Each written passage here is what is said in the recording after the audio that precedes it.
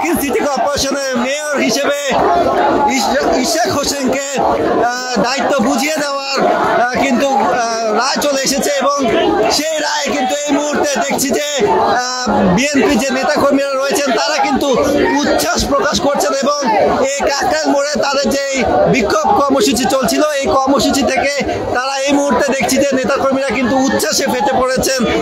আমরা এই মুহূর্তে কিন্তু রয়েছি কাকরাইল মোড়ে এবং দেখানোর চেষ্টা করছি যে তাদের যে উচ্ছ্বাস সেই বাঁধ ভাঙা উচ্ছ্বাস আমরা দেখানোর চেষ্টা করছি।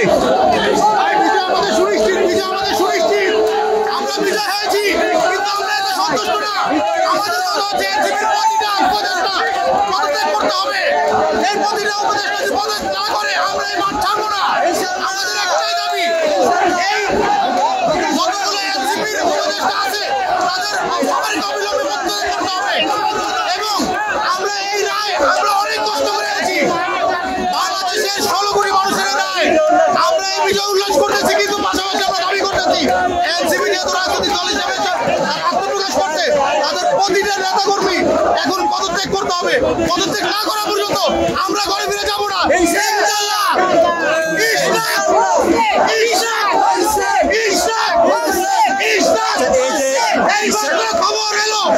ইশাক ভাইয়ের পক্ষে যে রায়টা আসলো এতে আপনারা সন্তুষ্ট কিনা? অবশ্যই পুরো ঢাকাবাসী পুরো বাংলাদেশ সন্তুষ্ট, কারণ ইশাক এই বাংলাদেশের একজন অবিসংবাদিত নেতার ছেলে।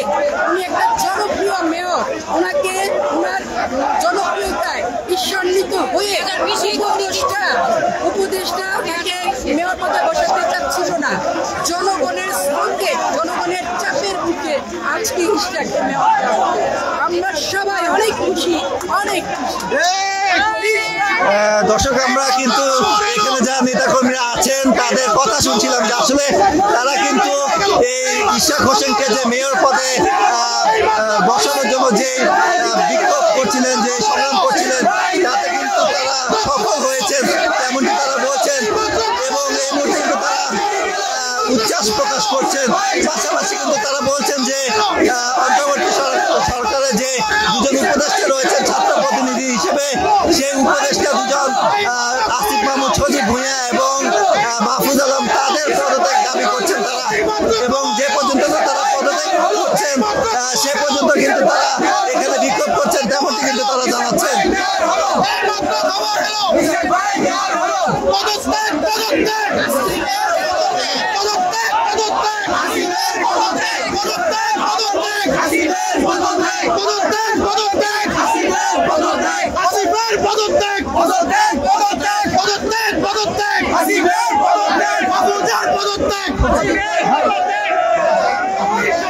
দর্শক আমরা কিন্তু দেখেছি যে গতকাল রাত থেকে কিন্তু নেতাকর্মীরা এই এবং ইশাক সমর্থক যারা রয়েছেন তারা কিন্তু এই প্রধান উপদেষ্টা বাসভবন অভিমুখী যে সড়কটি রয়েছে এই সড়কে কিন্তু তারা অবস্থান নিয়েছিলেন এবং বিক্ষোভ করছিলেন। এই বৃষ্টি এবং বৈরী আবহাওয়া উপেক্ষা করেও তারা তাদের আন্দোলন চালিয়ে যাচ্ছিলেন এবং আজকে হাইকোর্টের যে রিটের যে শুনানি, সেই শুনানিতে কিন্তু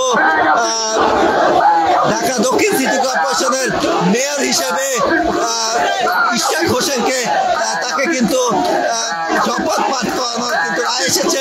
সেই রায় কিন্তু উচ্ছ্বসিত নেতারা।